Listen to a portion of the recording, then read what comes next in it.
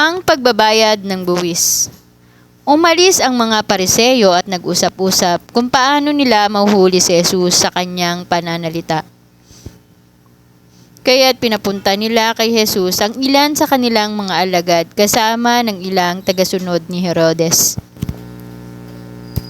Sinabi ng mga sugo, "Guro, nalalaman namin kayo'y tapat at itinuturo ninyo ng buong katotohanan ang ibig ng Diyos na gawin ng mga tao.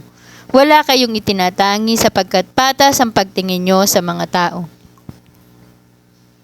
Ano po ang palagay ninyo? Naaayon ba sa kautusan na magbayad ng buwis sa emperador o hindi?